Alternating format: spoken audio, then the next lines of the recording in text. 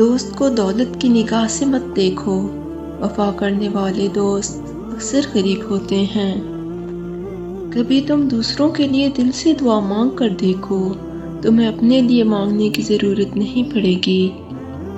سورج کی کرنیں زمین پر پڑنے سے پہلے نیند سے اٹھ جایا کرو، کیونکہ اس وقت رزق تقسیم کیا جا رہا ہوتا ہے۔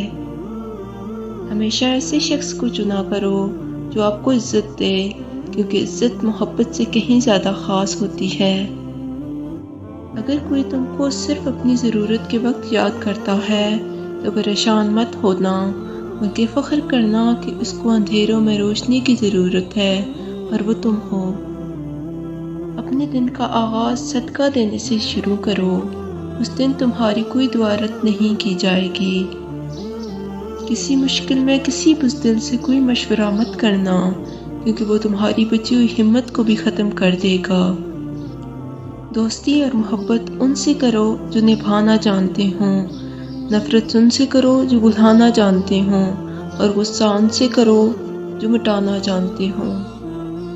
تجربہ انسان کو غلط فیصلے سے بچاتا ہے، مگر تجربہ غلط فیصلے سے ہی حاصل ہوتا ہے۔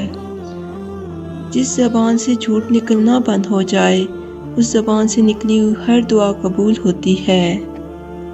انسان کو اچھی سوچ سے وہ انعام ملتا ہے جو اچھے اعمال پر بھی نہیں ملتا۔ یہ دنیا بھی کتنی عجیب ہے، ایماندار کو بے وقوف، بے ایمان کو عقل مند اور بے حیا کو خوبصورت کہتی ہے۔ صرف پیسے کا ہونا رزق نہیں، نیک اولاد، اچھا اخلاق اور مخلص دوست بھی رزق میں شامل ہیں۔ صرف دو لوگ مقدر والے ہوتے ہیں، ایک وہ جنہیں وفادار دوست ملتا ہے، اور دوسرا وہ جن کے ساتھ ماں کی دعائیں ہوتی ہیں۔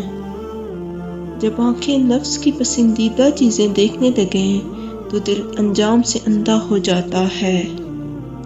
اگر کوئی آپ کی فکر کرتا ہے تو اس کی قدر کرو، کیونکہ دنیا میں تماشائی زیادہ اور فکر کرنے والے بہت کم ہوتے ہیں۔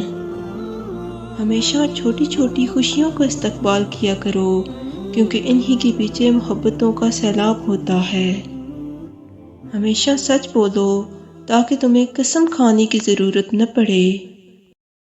تھک جانا برا نہیں ہے، مایوس ہو جانا برا ہے۔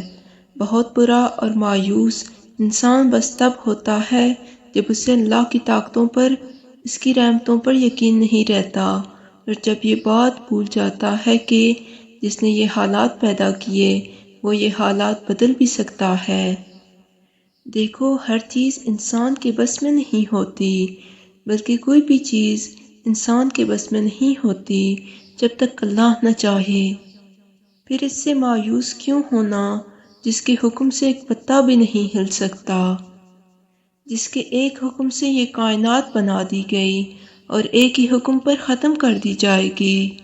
مایوس تو وہ ہوتے ہیں جن کے پاس اللہ نہیں ہوتا، ہمارے پاس تو اللہ ہے، یعنی بادشاہوں کا بادشاہ، یعنی تمہارا آخری اور واحد مددگار۔ یہ زندگی اللہ تعالیٰ کی امانت ہے، ہم اپنی مرضی سے زندگی نہیں گزار سکتے۔ انسان کا اختیار نہ تو سانس پر ہے اور نہ ہی تقدیر پر، لیکن اگر اللہ تعالیٰ کی مرضی میں اپنی مرضی شامل کر دی جائے تو زندگی میں راحت اور سکون شامل ہو جاتا ہے۔